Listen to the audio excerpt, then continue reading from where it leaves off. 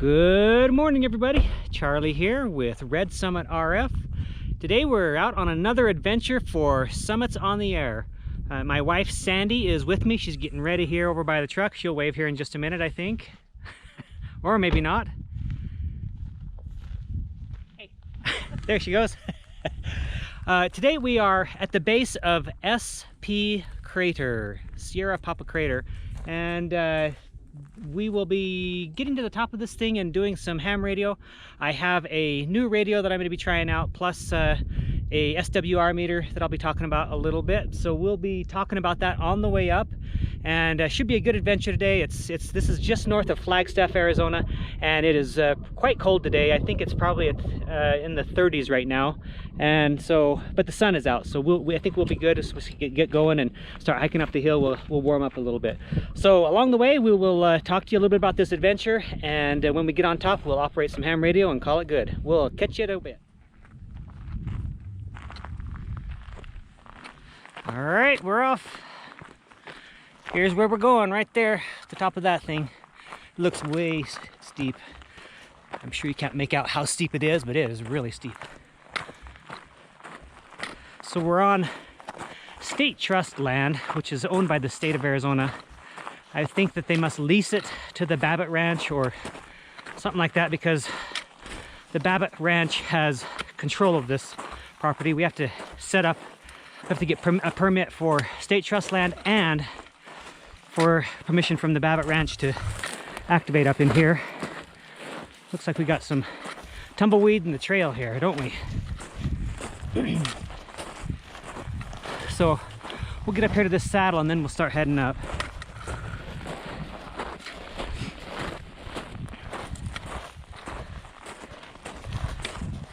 So SP Crater is an initials for something. Sandy knows the story. So Mr. Babbitt named this cauldron or caldera after a some sort of, what do you call it, a bedpan, not a bedpan, well, primitive toilet. A primitive toilet, yeah. So a pot of sorts. That's what the Papa or the P stands for. And just think of a toilet and the bowl and what goes in it, and that's what the S stands for. So an interesting name. When we get on top, we'll take a look down in the crater and show you the lava field as well. Wow, what do we got here? It's just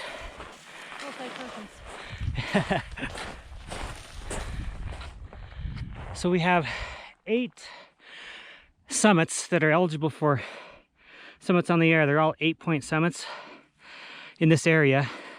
A friend of mine, N3BZ, Robert, calls it the Valley of Eights. 8-point summits, and there's 8 of them. See, I think here's one here, and there's one there and there, and then one way beyond there. I'm not sure where all 8 of them are, but we'll be doing that one today, in addition to the one behind me here. So, but we're only going to show you this one here today, this SP Crater. We'll show you that one, and then I won't be filming that other activation. So, well, I'm out of breath. It's interesting, I had a comment on my channel from somebody a while back when I was trying to talk after summiting a mountain, and they said, dude, you need to go to the gym or something, do some cardio. I don't think they understand. I mean, I do go to the gym, or at least I play basketball 3 times a week, and I'm pretty active. My cardio is not the problem. It's these steep dang peaks, but that kind of rubbed me wrong a little bit, but you know, I guess that's the way it goes sometimes. See, here's where we're going. It's really steep. You can see that people have been up here before, and so it's going to be a challenge, but we'll do it. I think Sandy's going to see if she can find some gators so that she doesn't get cinders in her shoes. So let me tell you about the radio. So Xiegu, well, Radioddity actually, lent me radio to review. It's called the Xiegu G106. I'm sure a lot of you guys have heard about it. I've seen many videos about it, and it's a really affordable radio. I think last I checked it was under $300 for a HF radio, which is great. My purpose in using this radio today is going to be to determine whether or not it's a useful radio to bridge people who are new to HF or new to even SOTA, to bridge that gap between while they're saving for money to use an inexpensive HF radio for summits on the air until they can get a more expensive or a better built radio. And so, you know, it's obviously from all the videos that you guys have seen, you know that there's some things that are lacking in this radio. But for a lot of people, all they need to do is just get on the air and get 4 contacts, and this might be a good bridge for that. So I'm going to get up there and I'm going to see how it does, and I'm encouraged, and I think that based on what I've seen so far, it should be a good performer for that bridge between nothing and a good HF radio. So we'll get up there and give it a drive and see how it works. Sandy will be operating on the sideband. I'll be doing Morse code, and we'll both kind of maybe give you what our thoughts are on it. So that's the first thing that we'll be reviewing. I'll catch you up on the other as we head up this mountain here.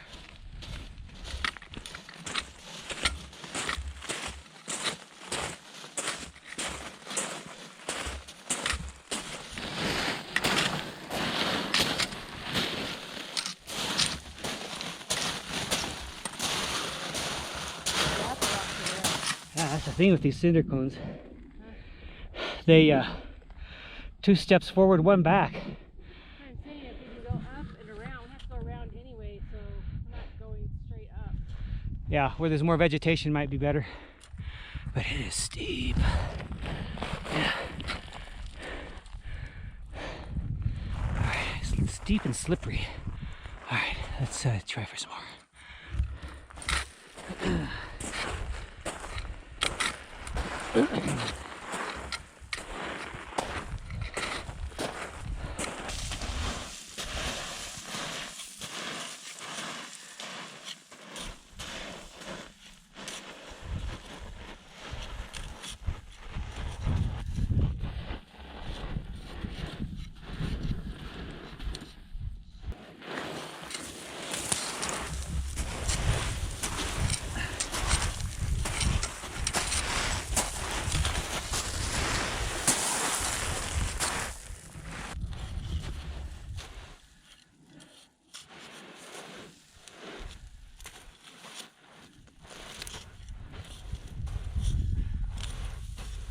All right, guys, we've probably been going a half hour now, and we still have a bit more to go.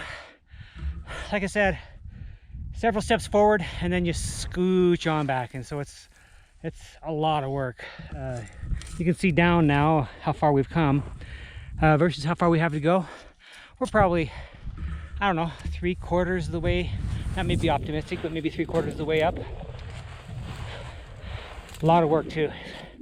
In some ways, it's worse than climbing in the snow. All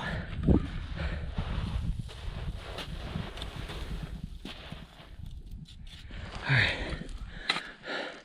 That's it.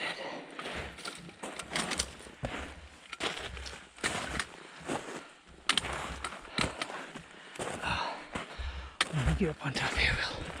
We'll rest for a minute.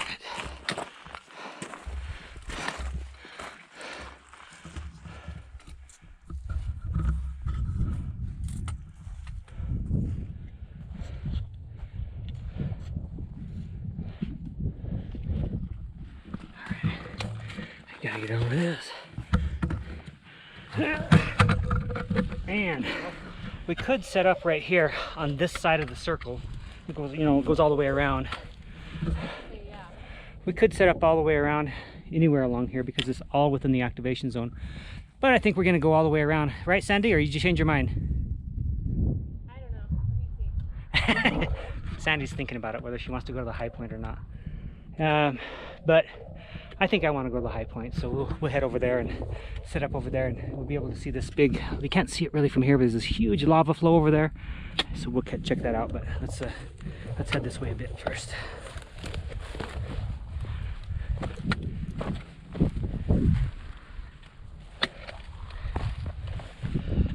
Okay, so the other thing that I'm trying out today is a pair of SWR meters for QRP. A friend of mine, Ara, N6ARA, lent me a couple of the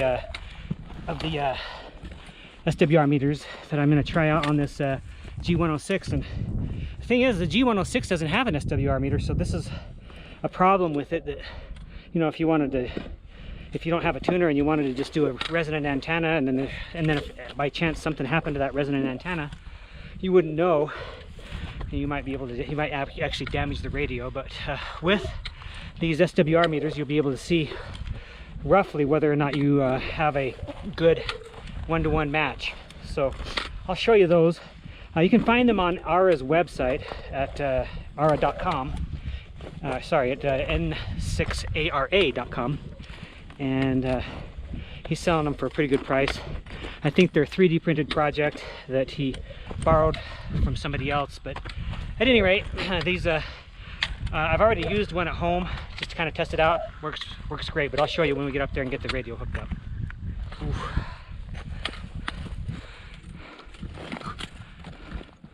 It's like all the way around.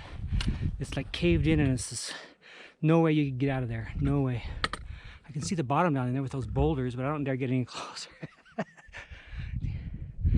Sandy's more daring than I. Maybe she'll go get a closer look. Not me. Once we get where we're going.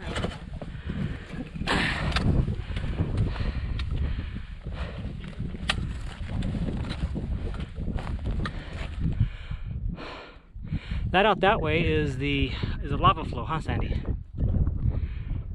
So we'll see. We'll get a better picture of that when we finish going around this cone. And I'm going to set up though right now, and we're going to get going and getting on the air.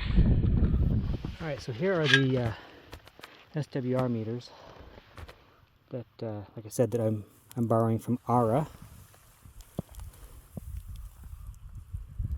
Anyway, so there's two different ones. One is, you can see right here, one says 10 meters, is that right? Yeah, 10 meters to 20 meters. That's the upper bands. And then this other one here, if I can find, yeah, this side here.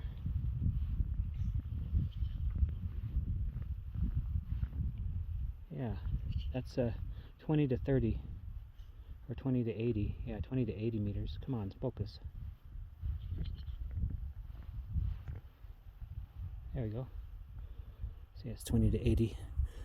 There's a red light that comes on, which is the forward power, and then you can see there's a 1-to-1, a 2-to-1, and 3-to-1 SWR light. So you want to stay in that 1-to-1 SWR. If you see 2-to-1, I guess it's okay. 3-to-1, you're probably in trouble. So let's put this in the radio and get going. Yeah, and then this goes in there. Yep. Either way, yeah.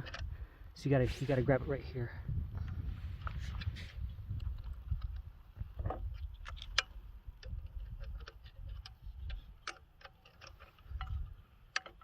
Okay. Now this side antenna goes in here. Let's be careful not to break that off, huh? So sticking out, like bump it. It'll break, like if you bumped it. So where does it show your SWR then? Right here. This light right here should turn. There's 1, 2, and 3. It should only be the 1. Okay. If it's more than the 1, then we're in trouble. Okay. All right, got it. CQ SOTA, CQ SOTA. This is Whiskey 7 November Romeo Sierra calling CQ SOTA.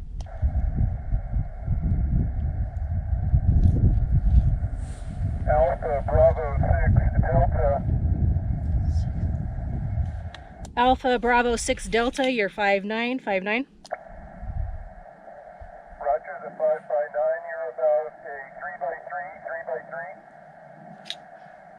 3x3. QSL the 3x3. Thanks for the contact. 73. 73.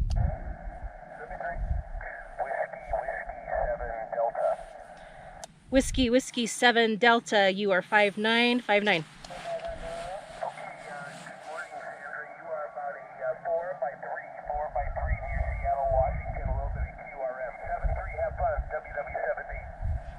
QSL the 43.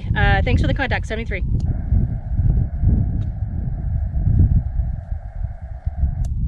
CQ SOTA, this is Whiskey 7, November, Romeo, Sierra, calling CQ SOTA. Uniform 7 Hotel, come again?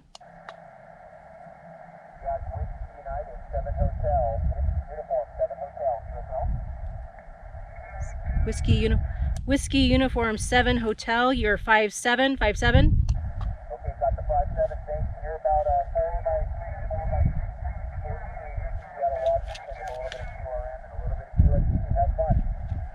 QSL the 4x3, thanks for the contact, 73. 73.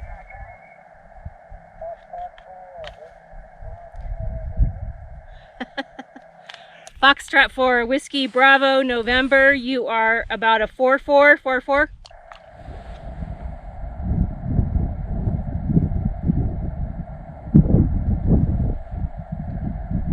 Can't hear as good on this one. Yeah. CQ SOTA, this is Whiskey 7, November, Romeo, Sierra, calling CQ SOTA. November 6, Delta, Mike Oscar. Kilo November? Yeah.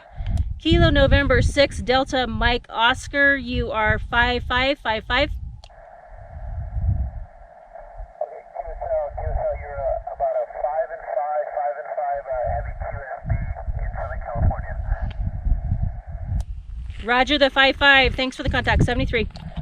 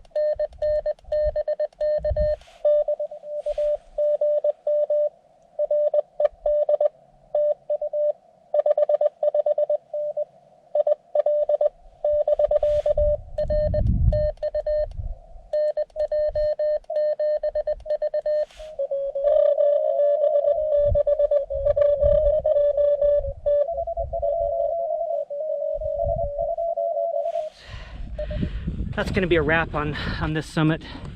Before we get into wrapping it up though, I wanted to mention that we are on the top of SP Hill, as I did mention, but there's a lava flow here. You can kind of see it here at the base of this summit. All that dark pattern is where lava has kind of flowed out into that little flat area. So it's pretty interesting. You can see the road kind of go over a spot right down here closer. A lot of people hike up this direction. I think it's a harder hike than the way we came, but really cool. Now that we've taken our last look at the lava flow and the crater, let me just sum things up here for you. First off, beautiful cinder cone that we hiked on top of. It was really tough going getting up here, of course, because all the loose cinder. Then we got up here and we got this G106 going, and we plugged in the SWR meter. Seems like the SWR meter for the upper bands, the 20 through 10, didn't really work right. Maybe it's just me, but I didn't see the light a whole lot.